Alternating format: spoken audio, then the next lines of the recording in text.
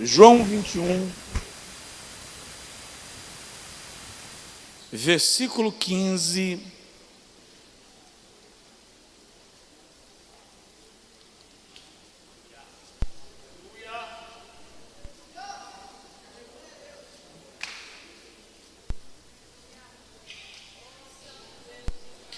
Todos encontraram, podem dizer amém? Amém.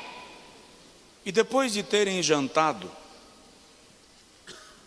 disse Jesus a Simão Pedro: Simão, filho de Jonas, amas-me mais do que estes? E ele respondeu: Sim, Senhor, tu sabes que te amo. Disse-lhe: apacenta os meus cordeiros. Tornou-lhe a dizer-lhe segunda vez: Simão, filho de Jonas, amas-me? Disse-lhe: Sim, Senhor, tu sabes que te amo.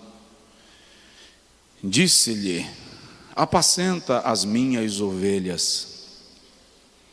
Disse-lhe terceira vez: Simão, filho de Jonas, amas-me? Simão entristeceu-se por ter lhe dito terceira vez: amas-me? E disse-lhe: Senhor, tu sabes de tudo, tu sabes que eu te amo. Jesus lhe disse: apacenta as minhas ovelhas. Na verdade te digo que quando eras moço, te cingias a ti mesmo e andavas por onde querias, mas quando já fores velho, estenderás as tuas mãos e outro te cingirá e te levará para onde tu não queiras. E disse isso significando com que morte havia ele de glorificar a Deus. E dito isto, disse-lhe: segue-me. Lê só o início do versículo 20, ó. E quem? E quem? Você percebeu que as 3 vezes que Jesus se dirige a ele, Jesus chama de Simão. Mas de repente no versículo 20 ele é Pedro. Diga amém. Agora diga comigo assim: Senhor, me ajuda a encontrar o Pedro que habita em mim. Amém. Senta um pouquinho. Eu gosto destas reflexões por algumas razões.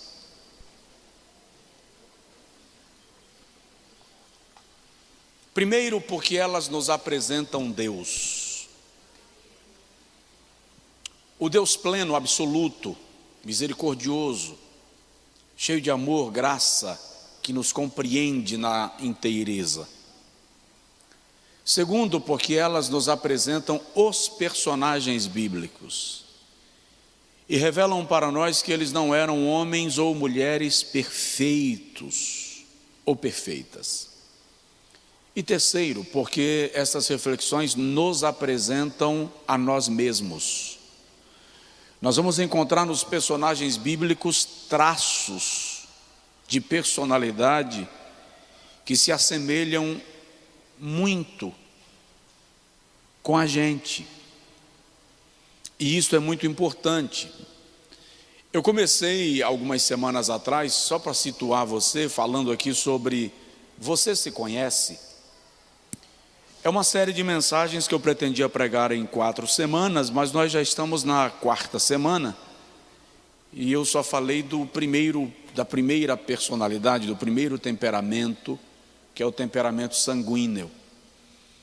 Na primeira semana eu falei sobre assumindo o controle, desenvolvendo em nós, à luz da Sagrada Bíblia, a habilidade de assumirmos o controle de nós mesmos. Na segunda semana eu falei sobre potencialize as suas emoções. São mensagens que estão todas disponíveis e os irmãos podem ouvir novamente.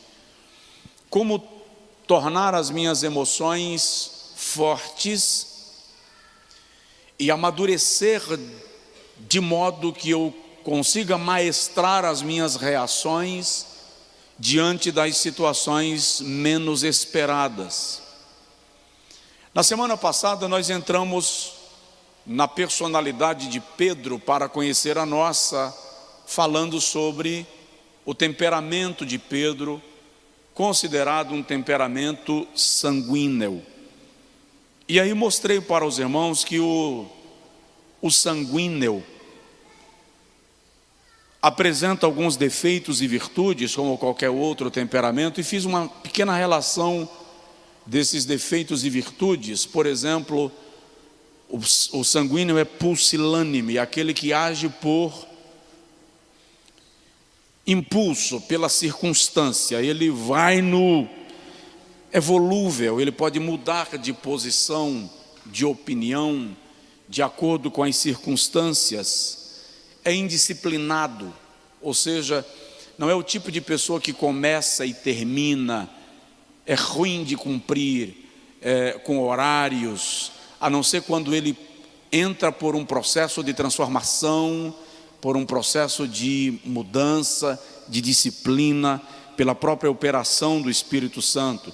É inseguro, egocêntrico, barulhento, exagerado, medroso. São traços que eu chamo de traços negativos da personalidade de um sanguíneo. Por outro lado, ele é comunicativo, fala com habilidade e facilidade, fala tanto que, como eu disse na semana passada, Pedro é o discípulo que mais fala nos evangelhos. Somadas todas as vezes que o texto bíblico diz ou usa a expressão "e disse Pedro", supera todas as expressões de todos os apóstolos juntos. Pedro fala tanto que ele fala até na hora que o ideal era ficar calado. E aí eu mostrei para os irmãos, Jesus está conversando com Moisés e Elias. Jesus, Moisés e Elias. Deus está do céu manifestando a sua glória.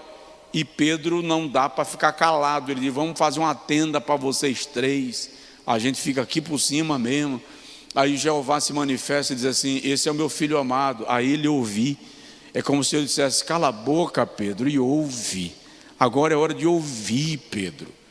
Porque é da personalidade dele. É comunicativo, é iminente, é entusiasta, é afável, simpático, bom companheiro, crédulo, leal. Na semana passada eu destaquei 4 traços de personalidade de Pedro, 2 que eu chamaria de negativos e 2 que eu chamaria de positivos. Eu falei do Pedro pusilânime e falei do Pedro impulsivo, mas também falei do Pedro comunicativo e do Pedro desinibido, que consegue adorar a Deus sem se preocupar com o que os outros vão pensar. Hoje eu quero falar um pouco mais sobre esses traços de personalidade de Pedro e falar sobre identificando Pedro em mim. Vamos ver mais alguns traços dessa personalidade que eu posso encontrar em mim, que você pode encontrar em você, e você identifica o Pedrão que a sua personalidade revela. Na próxima terça, se Jesus não tiver voltado ainda, aí a gente vai falar sobre o Pedro transformado, o que ele se torna quando o Espírito Santo assume o controle da sua vida. Mas é fato, e não se pode, nem se discute isso, que Pedro é um dos discípulos mais próximos de Jesus. Algumas experiências dos evangelhos, só Pedro, Tiago e João estão presentes. Por exemplo, quando Jesus vai ressuscitar a filha de Jairo, só Pedro, Tiago e João estão lá. No Monte da Transfiguração, só Pedro, Tiago e João estão lá. Existem alguns outros rápidos episódios que só Pedro, Tiago e João são chamados. Mas existem episódios que só Pedro participa e experiencia. Por exemplo, só Pedro tira moeda de boca de peixe. Nenhum outro discípulo. Só Pedro caminhou sobre as águas. Nenhum outro discípulo viveu isto. Pedro recebeu, eu disse aos irmãos aqui, Pedro recebeu a repreensão mais dura de Jesus nos evangelhos. Pior do que a repreensão, mais dura do que a repreensão que Pedro recebeu, só a de Judas Iscariotes e a dos fariseus. Pedro recebeu do Senhor Jesus uma repreensão que deve ter deixado ele estonteado por muito tempo. Para trás de mim, Satanás. Pedro deve ter ficado desnorteado com aquela reação do mestre. Por outro lado, ao mesmo tempo que Pedro é um dos discípulos mais próximos de Jesus, sem sombra de dúvida, ele também é um dos personagens mais queridos do Novo Testamento. Pedro é para os leitores do Novo Testamento o que Davi é para os leitores do Antigo Testamento. Nós o admiramos, nós de algum modo nos identificamos com ele, mesmo porque Pedro não é maquiado, mascarado, falso, ele se revela, ele diz o que pensa, diz até demais, repito, ele se manifesta. Então, por conta desta identificação que nós temos com ele, ele é o personagem mais querido por nós no Novo Testamento, ou pelo menos aquele com quem nós mais nos identificamos, porque Pedro mostra a sua natureza nua e crua. Ele manifesta o seguidor de Jesus disposto a arrancar o pescoço do servo do sumo sacerdote. Fala a verdade, quem aqui nunca se encontrou em Pedro? Quem aqui nunca teve as vontades que Pedro manifesta no seu comportamento?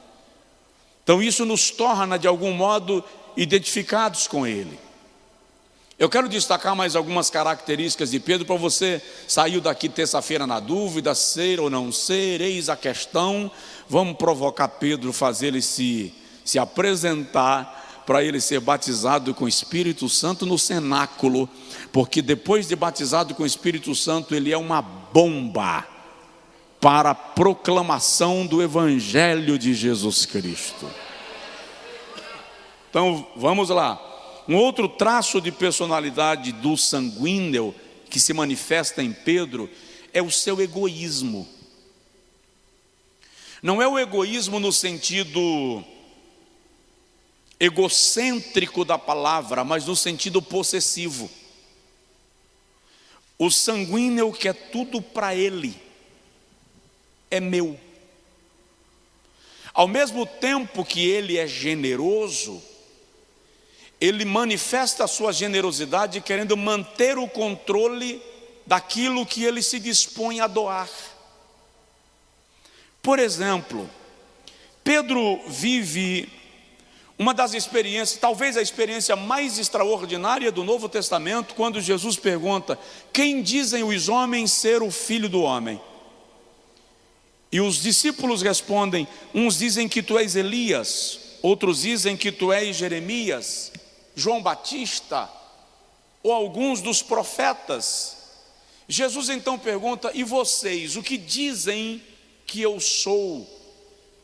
Pedro olha para Jesus e diz: eu te digo que tu és o Cristo, o Filho do Deus vivo. Na mesma hora que Pedro faz esta declaração extraordinária, que é da personalidade dele, quando Jesus elogia Pedro, valoriza Pedro, Jesus dá a Pedro a sensação de que ele tem proximidade. Quem te revelou não foi carne nem sangue, mas o meu Pai que está no céu.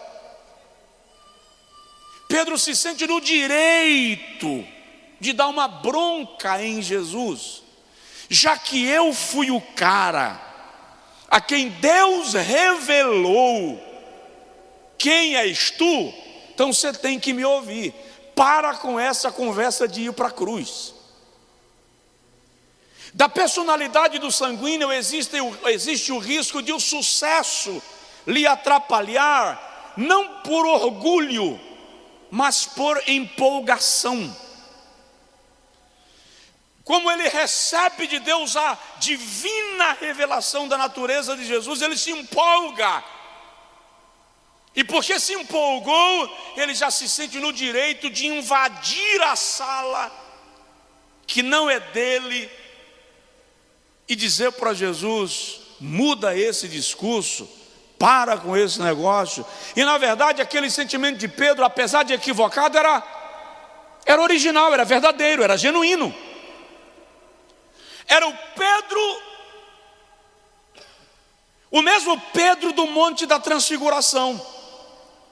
Façamos para nós 3 tendas. Façamos aqui 3 tendas, uma para ti, uma para Moisés, outra para Elias. Estou nem aí para quem está lá no pé do monte. Nós estamos aqui no meio da glória. Em Mateus 16, Pedro está dizendo: agora que eu encontrei o Cristo, Filho do Deus vivo. Você está dizendo que vai morrer? Para com essa conversa, o Senhor é nosso, o Senhor vai ficar com a gente. Então, é uma manifestação de um traço de egoísmo, que não se aplica no sentido de egocentrismo, mas de possessividade. O sanguíneo é possessivo. Minha mulher, para o sanguíneo, não é apenas uma expressão de carinho, também é uma expressão de posse. Meu marido, para o sanguíneo, também é expressão de posse. Meu filho, minha filha, é meu mesmo, no sentido de posse. Ninguém pode desfrutar disso aqui porque é meu. É o que Pedro manifesta aqui. O sanguíneo, por exemplo, não tem dificuldade de emprestar o que ele tem. Mas você corre o sério risco. Eu vou contar aqui uma piadinha que eu ouvi quando eu era menino.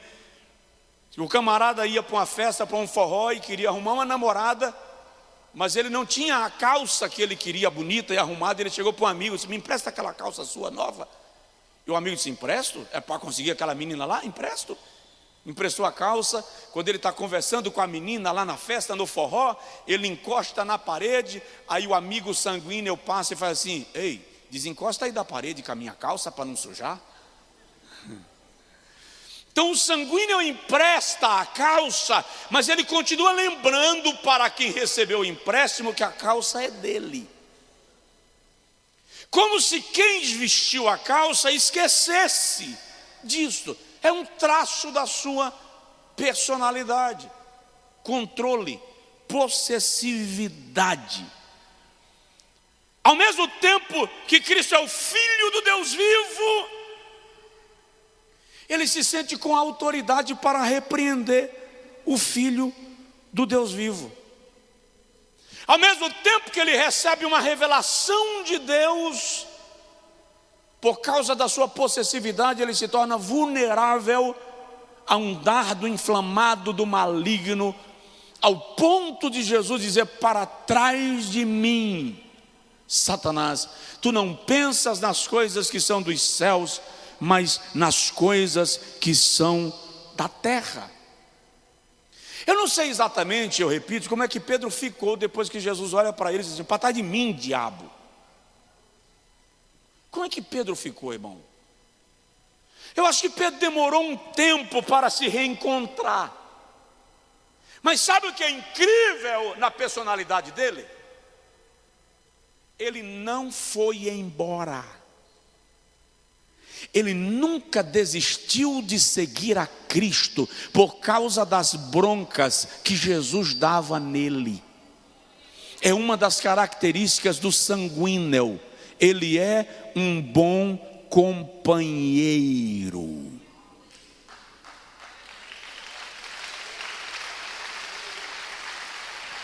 O sanguíneo vai se chatear com você, você vai se chatear com ele, ele vai te chatear, mas normalmente ele não é desleal. Ele não arreda porque você o repreendeu. Ele pode até decidir ir, mas ele vai terminar a missão a qual ele se propôs realizar contigo. Dificilmente um sanguíneo vai te deixar sozinho no meio da viagem. Isso é coisa do colérico, por exemplo. A gente vai chegar nele. O colérico está contigo, te ama, está fazendo algo com você, mas se ele arredar contigo, ele diz: ó, estou indo embora, tá? E vai. E o detalhe, não volta nem no cabresto, porque é empacado. O sanguíneo vai manter o seu companheirismo. Quer um exemplo disso? Mesmo Pedro tendo falhado com o mestre na noite do julgamento, ele negou Jesus. Mas presta atenção, negou, mas estava lá.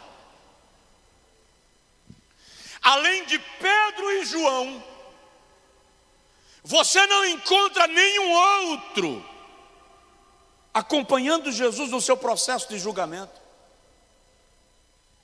Judas o traiu. Onde estão os outros 9? Cadê a multidão que encontrou-se com Jesus na entrada de Jerusalém, quando ele entra triunfalmente na cidade santa? Onde estão aqueles que o aplaudiam quando ele promovia a purificação do templo? Ninguém estava lá, e quem estava gritou no outro dia: crucifica-o. Mas Pedro, ainda que tenha falhado sob pressão, ele pelo menos se esforçou para cumprir a sua palavra, quando ele disse: ainda que todos te abandonem, eu não te deixarei.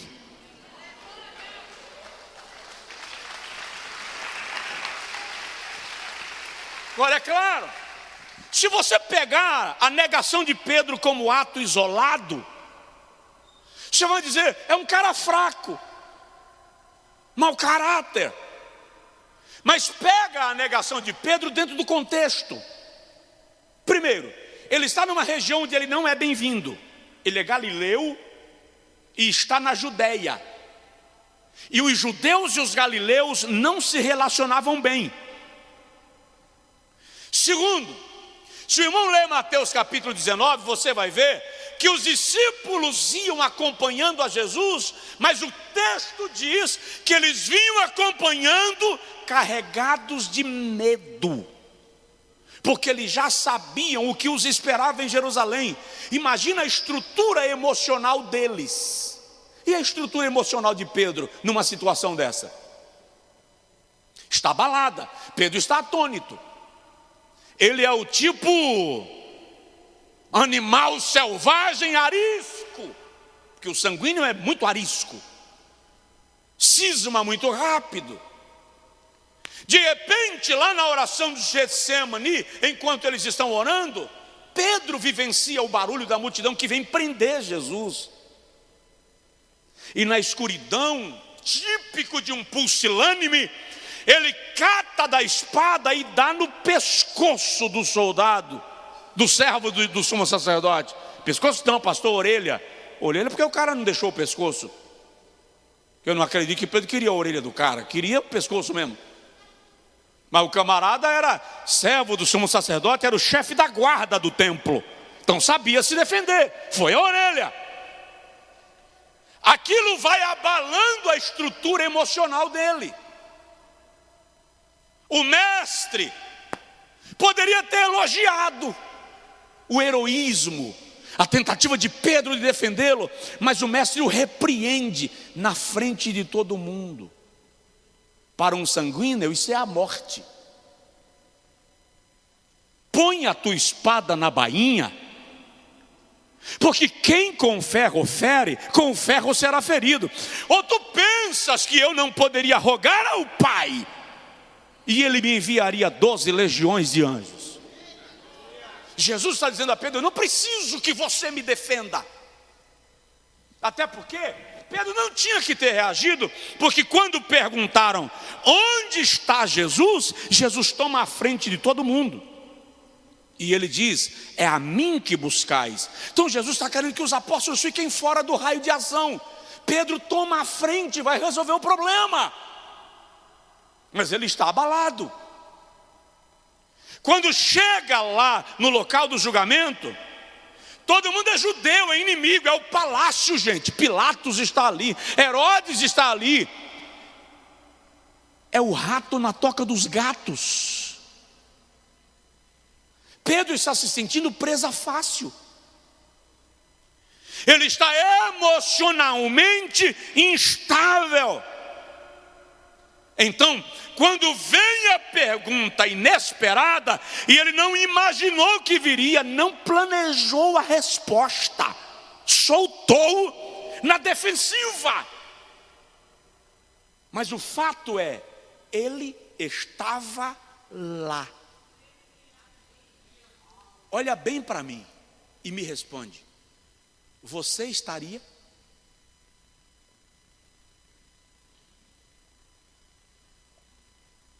Entendeu? Terceiro traço da personalidade de Pedro. Primeiro, egoísta. O camarada aqui: eu até te dou, mas eu quero o teu controle. Posse, possessividade. Você já lidou com pessoas possessivas? É um mistério, irmão. A mulher que pensa que o marido é propriedade dela. O marido que pensa que a mulher é propriedade dele. Propriedade no sentido físico da palavra mesmo. É o traço de Pedro. Bom companheiro. Está lá, não vai arredar. Nos tempos bons, nos tempos ruins, vai estar lá. Terceiro traço da personalidade de Pedro, vamos ver se tem um aqui em nós, entre nós: interesseiro. Está fazendo as coisas, mas está vendo o que virá por aí. Por exemplo, o sanguíneo é por natureza generoso. Mas o quanto ele é generoso, ele é inseguro. E por ser inseguro, ele precisa de garantias. Por isso que a linguagem emocional do sanguíneo normalmente é palavras de afirmação. Se sua mulher é sanguínea, você tem que ficar dizendo para ela: eu te amo. Não basta dar presente. Mas mulher, eu cuido de você. Pelo amor de Deus, eu cuido dos nossos filhos, eu cuido da casa. Não. Ela vê tudo isso, mas ela precisa do eu amo você. Se seu marido é um sanguíneo, a senhora se produz para ele, mantém a fidelidade, é amorosa, cuida da casa como de um brinco, mas ele precisa do eu te amo. Você está lindo. Olha que gato. Porque ele precisa da palavra de afirmação. Essa é a linguagem emocional dele, por causa da insegurança. Chame um colérico para uma guerra, e ele não vai te perguntar o que vem depois. Chame um sanguíneo e ele diz: e vou, mas depois dela, o que eu ganho? O que vem junto no pacote? Pedro, Mateus 19, 27, mestre, nós que deixamos tudo e te seguimos, ganhamos o que com isso? Pedro está preocupado com a aposentadoria, irmão, porque ele precisa de segurança. É tanto que quando Jesus morre, vou usar uma expressão agora de Catarina, é Pedro quem diz: deu ruim. A casa caiu. Tem mais garantia nenhuma. Quer saber? Vou pescar. É Pedro quem encabeça a volta, porque ele precisa de garantias palpáveis. Ele tem dificuldade de fazer o que Abraão fez, sair sem saber para onde está indo. Jesus então ensina a Pedro uma lição.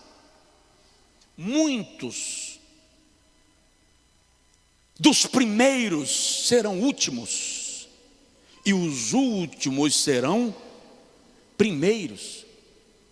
Jesus está ensinando a Pedro que o reino de Deus não funciona com base na expectativa do ganho, porque o reino de Deus já é o ganho. O reino de Deus já é a recompensa. Jesus está ensinando a Pedro que ele não deveria se preocupar com a posição dele no reino. Ele deveria apenas se dispor a seguir a Cristo, sem se preocupar com o que vai ganhar, porque na verdade, Pedro, o Pai já pensou nisso. Não há ninguém que tenha deixado tudo para seguir-me que não receba 100 vezes mais nesta vida. Não vou te negar, é com tribulação. E por fim, a vida eterna. Então, Pedro está seguindo a Cristo, mas está preocupado com o amanhã. Porque o sanguíneo é ansioso. Ele não consegue ter uma fatura para vencer segunda-feira. Ele tem parafuso. Ele até usa o cartão de crédito, mas fica doido até a fatura chegar. Porque precisa de garantias palpáveis. E é um problema quando o sanguíneo recebe a vocação do serviço no reino de Deus, porque Deus normalmente não dá garantias palpáveis. Então ele é desafiado na sua personalidade. É quase um atropelamento para conseguir viver na expectativa da fé. E o Senhor vai ensinando isso cada dia. Diz amém? Tem alguns Pedro aqui? Vamos lá. Quarto lugar. Quarto traço de personalidade de Pedro, o sanguíneo, é sincero. Ele pode até falar pelos cotovelos, mas é sinceramente sanguíneo. Ele pode até não conseguir cumprir o que disse, mas não mentiu. Não falou para enganar, ele falou porque pretendia cumprir. Como é o caso do momento que ele nega Jesus. Ele só não sabia o tamanho da montanha que ele teria que escalar, mas ele pretendia cumprir. Ele é sincero. Não é desonesto nas suas palavras. É aquilo que o próprio sanguíneo chama de eu sou positivo. Já ouviu essa expressão? Eu sou positivo. O que eu tenho que falar, eu falo mesmo. O que eu penso, eu digo. É próprio da sua personalidade. A sua sinceridade chega a ser quase inocente. Ele chega a se condenar na sua disposição de ser sincero. Porque na sua disposição de ser sincero, ele é capaz de assumir o seu erro no lugar errado. Porque assumir o erro é nobre, mas diante de quem é uma questão de princípio. Mas o sanguíneo é assim. Entretanto, ele é leal. É sincero no que diz. Chega na mesa do restaurante, na festa do aniversário, na festa de casamento e até na cerimônia fúnebre, e você identifica o sanguíneo na chegada. Ele está falando do seu perfil, da sua personalidade, até porque ele é muito fanfarrão, fala muito de si. Você não conversa com um sanguíneo sem que ele destaque quem ele é o tempo inteiro, sempre destacando a sua própria personalidade, falando de si mesmo, valorizando as suas prerrogativas, as suas virtudes, a sua coragem. Jesus diz assim: em verdade vos digo que todos vocês hão de se envergonhar em mim, porque está escrito. Presta atenção, Jesus disse, porque está escrito. Depois que Jesus diz está escrito, cabe a Pedro falar mais alguma coisa? Porque está escrito: ferirei o pastor e se dispersarão as ovelhas. Pedro disse: o senhor está enganado a meu respeito. Mateus 26, 34, não te largo não. Jesus disse assim: Pedro, hoje, antes que o galo cante, tu me negarás 3 vezes. Pedro não calou a boca, irmão.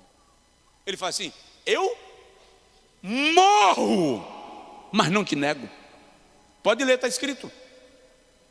Porque a questão dele é a necessidade de falar da sua disposição, de quem ele é, das suas virtudes, da sua justiça. Jesus não discute mais. Olha bem para mim, não discuta com o sanguíneo, senão a discussão não acaba. Ele vai continuar. Por quê?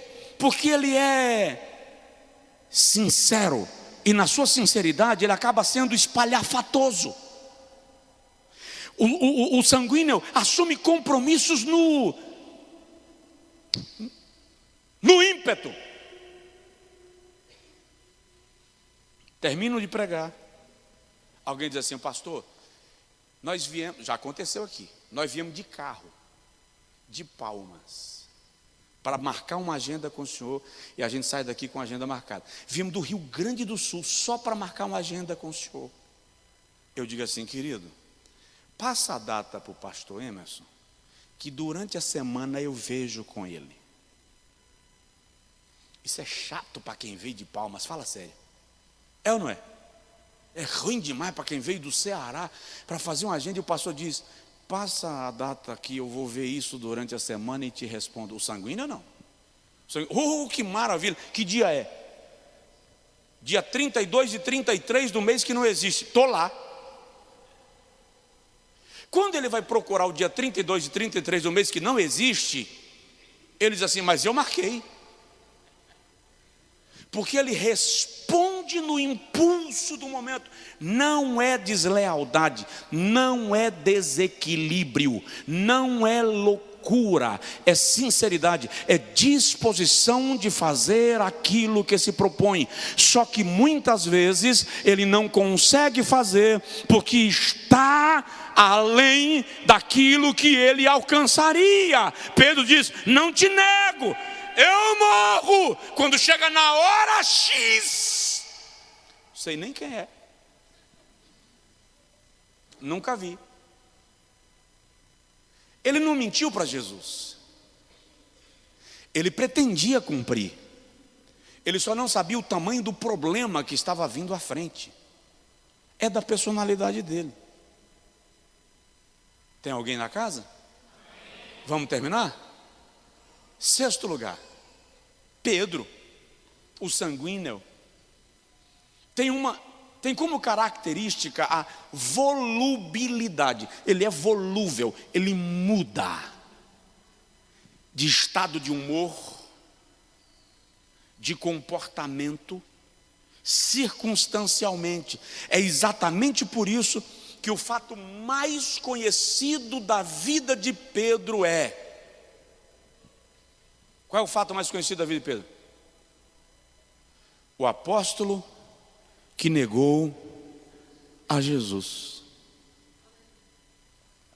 Não te nego, não te deixo, nem que eu morra. Jesus diz assim: Pedro, hoje, antes que o galo cante, tu me negarás 3 vezes. Judas é conhecido como o apóstolo que traiu. Pedro é conhecido como o apóstolo que negou. A situação é tão vergonhosa que os 4 evangelhos registram o episódio. Parece que o Espírito Santo não quis omitir esse tropeço na vida do apóstolo Pedro. Não fez questão de esconder.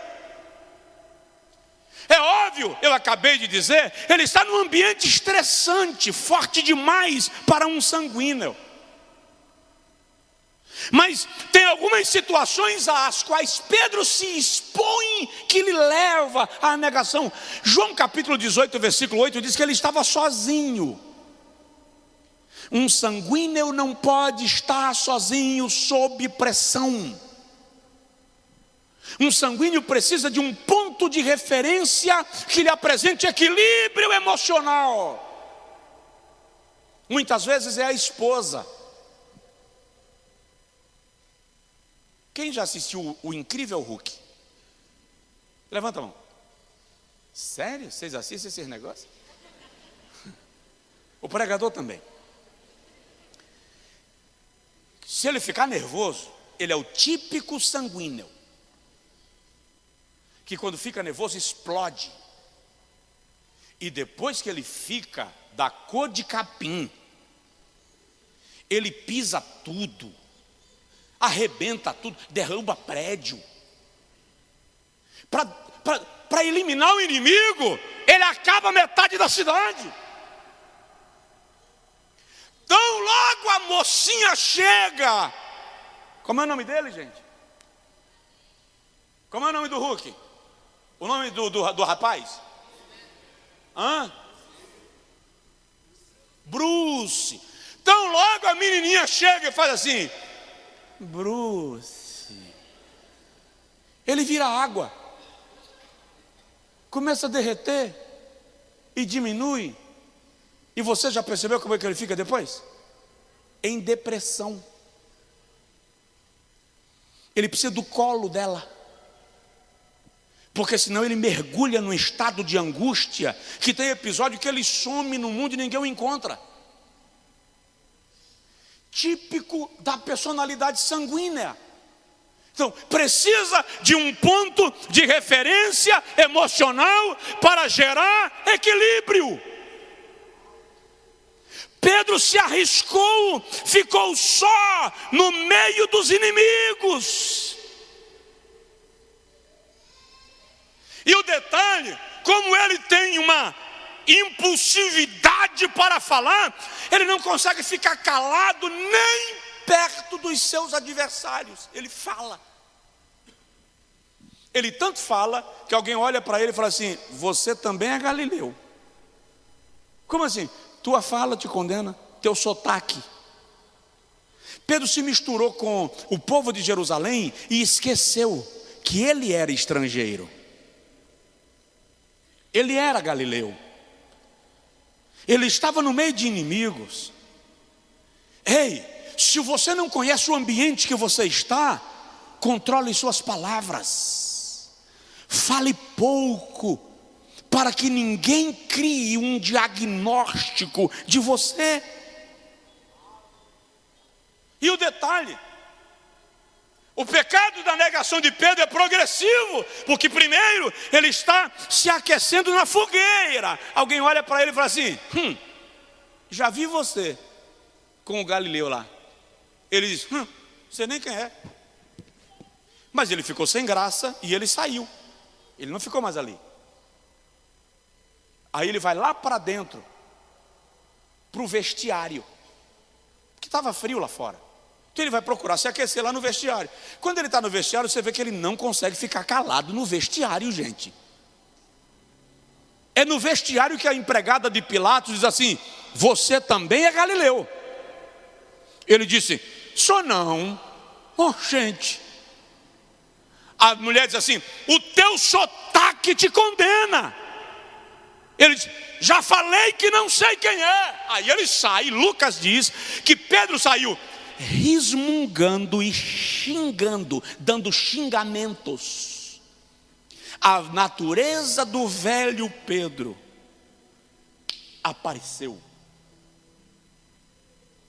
Porque o sanguíneo tem facilidade de explodir a sua natureza antes de conhecer a Cristo. O velho homem.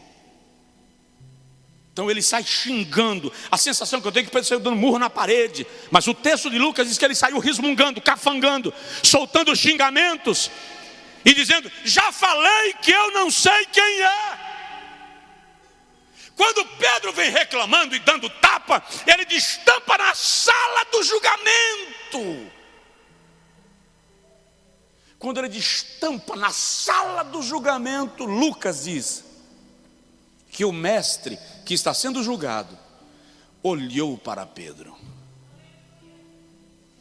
Aí o olhar do Salvador encontrou o olhar do velho pescador. E o galo cantou. Quando o galo cantou, Pedro: neguei. Mas presta atenção, ele não é como Judas. Quando Judas reconhece que falhou, ele corre para o suicídio. Quando Pedro reconhece que falhou, ele corre para chorar. É típico da personalidade. E a Bíblia diz que ele vai chorar amargamente. Não é um choro qualquer, é o choro que faz com que o organismo libere ácido, suco gástrico, a boca amarga, a língua amarela. Não é um choro comum, é o choro que azeda a boca e estraga o hálito. Judas, a Bíblia diz que o diabo entrou nele, mas o diabo não entrou em Pedro. Jesus conhecia o coração do pescador. Satanás conseguiu influenciar a Pedro, mas não conseguiu possuí-lo, porque o seu coração era do mestre. Apesar dos seus tropeços, o seu coração era de Jesus. E Satanás pode até rondar quem é de Jesus, mas não pode possuir.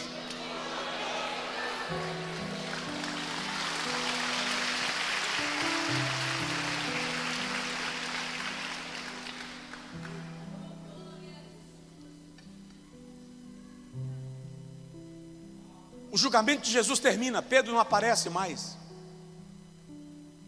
Jesus é condenado.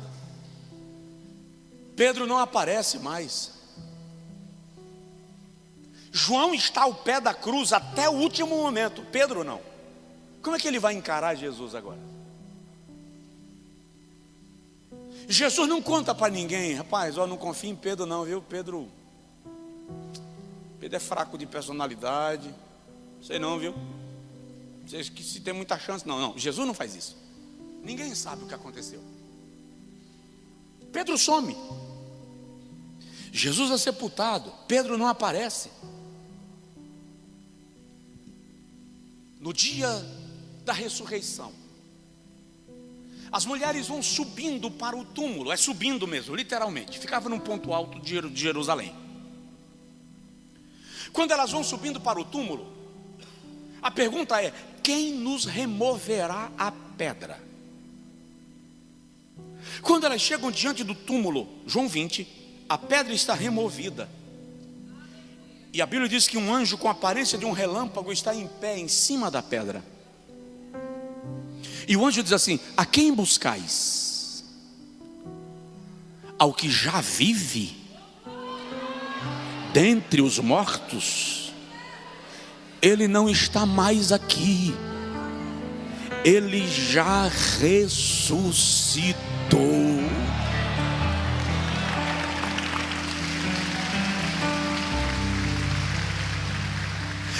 voltam correndo para Jerusalém. Valnice Milhomens diz que Jesus, quando ressuscitou, apareceu primeiro às mulheres. Quem disse foi uma mulher, por isso que eu estou repetindo. Jesus apareceu primeiro às mulheres, porque elas não iriam aguentar ficar caladas. E no mesmo dia todo mundo ia ficar sabendo que ele já havia ressuscitado. Quando elas chegam correndo em Jerusalém, elas dizem assim: olha, nós fomos para embalsamar o mestre, mas a porta do túmulo estava aberta, e um anjo disse que ele não está lá, porque ele já ressuscitou. Quando elas dizem isso, João levanta. Sabe quem levantou com João? Pedro. E eles partem correndo para o túmulo. Só que João era mais novo. João correu mais do que Pedro. Até porque eu tenho a sensação que no meio da corrida Pedro lembrou: eu neguei e ele viu. Como é que eu vou encarar Jesus agora? Como é que ele vai reagir? João chegou, viu o túmulo vazio, não entrou, acreditou. Pedro chegou atropelando, porque o sanguíneo tem dificuldade de pedir licença. Chega passando por cima de quem está na porta. Entrou e viu o túmulo vazio. Quando Pedro saiu, aí João entrou. E a Bíblia diz que viu e creu. Eles voltam para Jerusalém. E enquanto isso, Maria Madalena está caminhando no jardim chorando. Porque Maria Madalena acredita que o corpo do mestre foi roubado.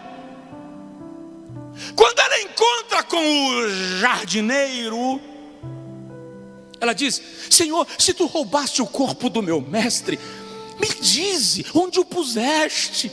Jesus olha para ela e faz assim: Miriam. Palavra hebraica para Maria, Marian. Ela reconhece a voz.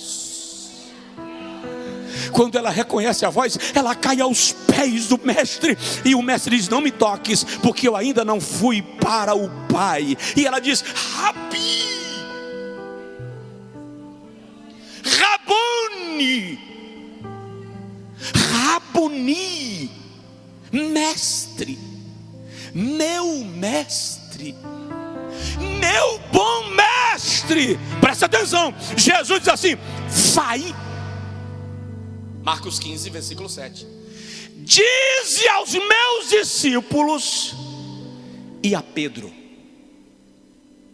Quantas vezes você viu Jesus falar de Judas Iscariotes depois da ressurreição? Nenhuma.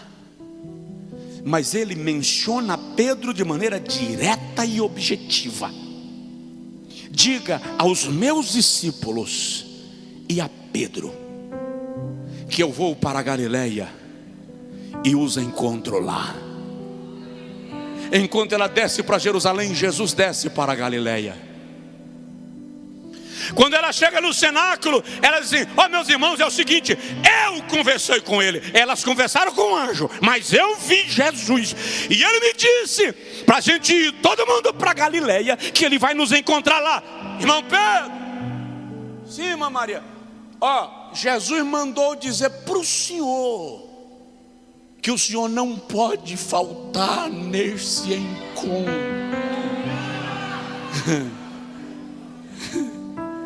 Jesus não abriu mão dele.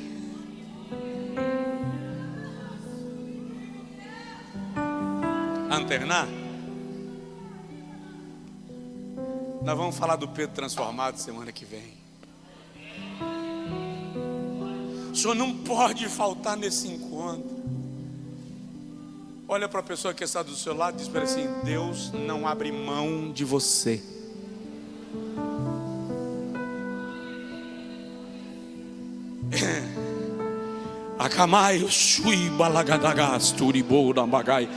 Ele sabe sua história. Ele sabe os teus defeitos. Ele sabe até que você o negou. Mas Ele está dizendo: não abro mão de você no encontro que teremos à margem do mar da Galileia.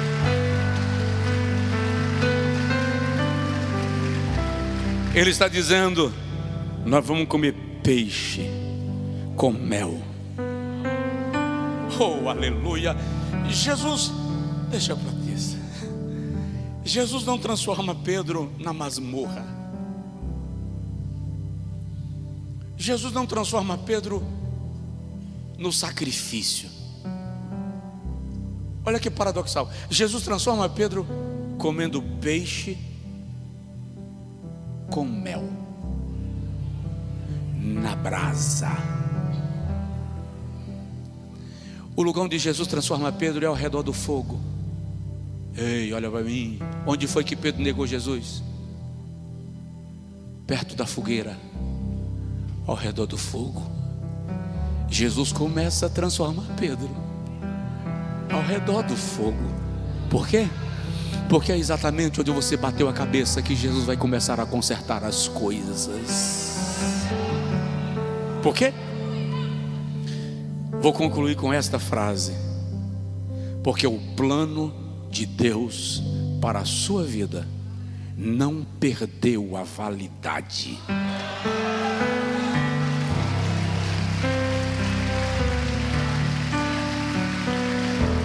Fica de pé, por favor. Não vai perder.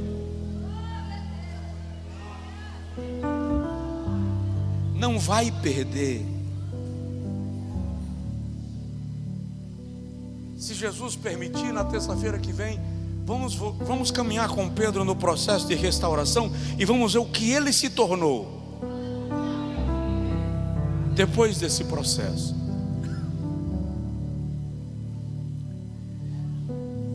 A mesma experiência eu e você podemos vivenciar, de uma transformação que nos tornará um novo homem, uma nova mulher. Eu quero que você ore comigo agora. E nessa oração, diga para o Senhor: Senhor, não desiste de mim. Eu sei que eu sou barro, cinza, madeira empenada, mas eu sei que o Senhor conhece a minha natureza. O Senhor sabe que o meu coração é teu. E eu lhe digo, não sei o que aconteceu com você, e você está se perguntando se Satanás dominou sua vida, sua história, e se você ainda tem chance, por causa das suas explosões malucas. Ei, Satanás influenciou a Pedro, mas não entrou nele. O diabo não entrou em você. Você é templo do Espírito Santo.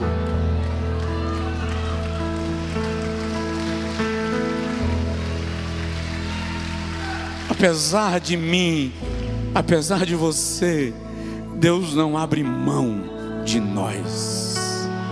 Se você quiser sair do seu lugar para vir orar aqui à frente, pode, para dizer assim: Senhor, eu quero ser transformado, eu quero ser mudado, eu quero ser moldado.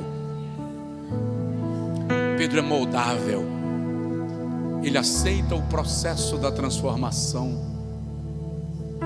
Senhor, é tua palavra, nós cremos nela.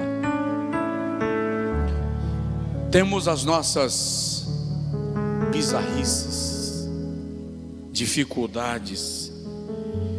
Muitas vezes a personalidade nem coopera com a gente, mas o Senhor nos fez assim para um propósito, e é exatamente aí que está o mistério da questão.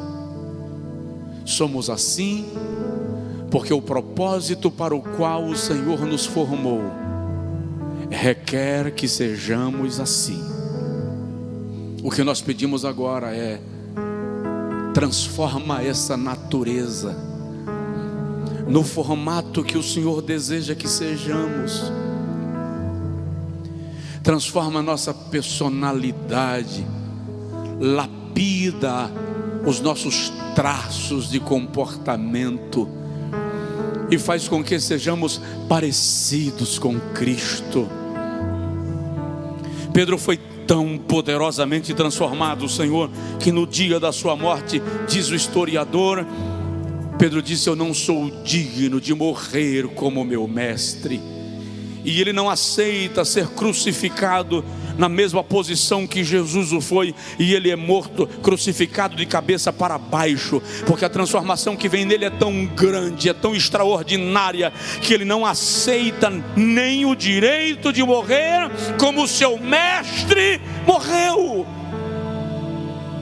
Transforma-nos, faz uma obra em nós. Ore agora pela pessoa do seu lado e diz assim: Senhor, abençoa o teu filho, a tua filha.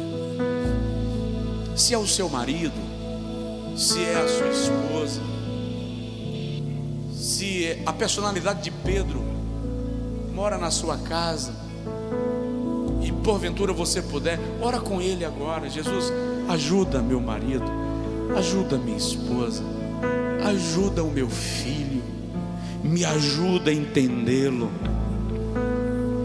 me ajuda a ser ponto de equilíbrio, me ajuda a ser ponto de referência.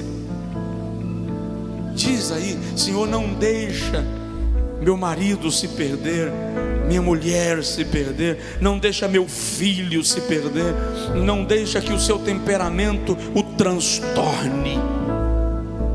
Que coisa linda, ele falhou, mas não teve dificuldade de se apresentar na casa do oleiro. Pai, opera nesta noite na vida dos teus filhos.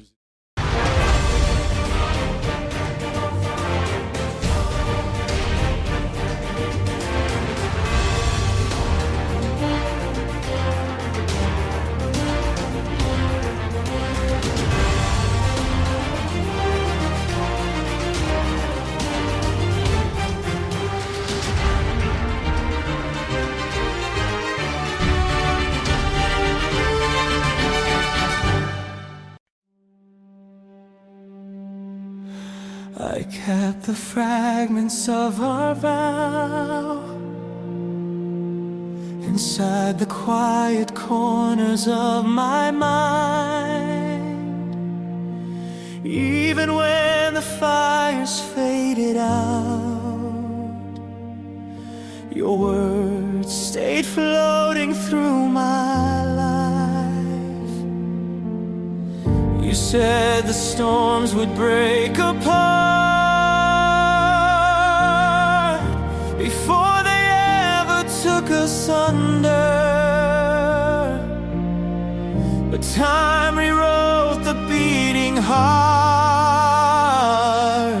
and left me holding broken thunder.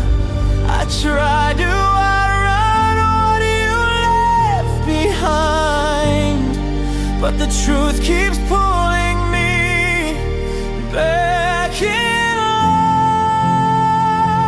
It's the gravity of your promises. They pull me like a falling star. Even after every tear and distance, your echoes know just where we are. I keep moving yet I'm orbiting the memories I can't dismiss. I'm still caught inside your universe and the gravity of your promises.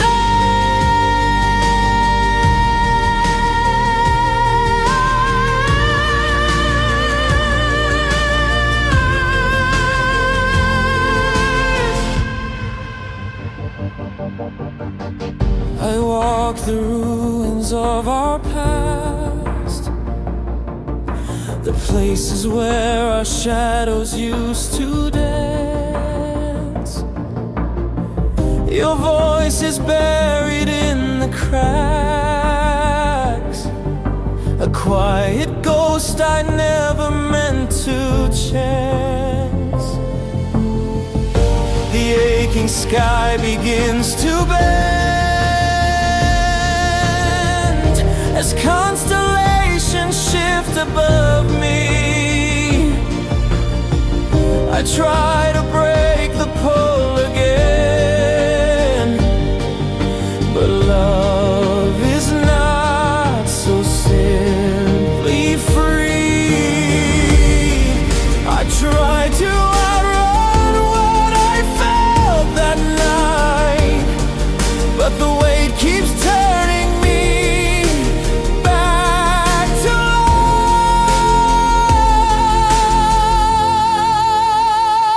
light. It's the gravity of your promises. They pull me like a falling star, even after every tear and distance. Your echoes know just where we are. I keep moving yet I'm orbiting the memories I can't dismiss. I'm still caught inside your universe and the gravity of your promises.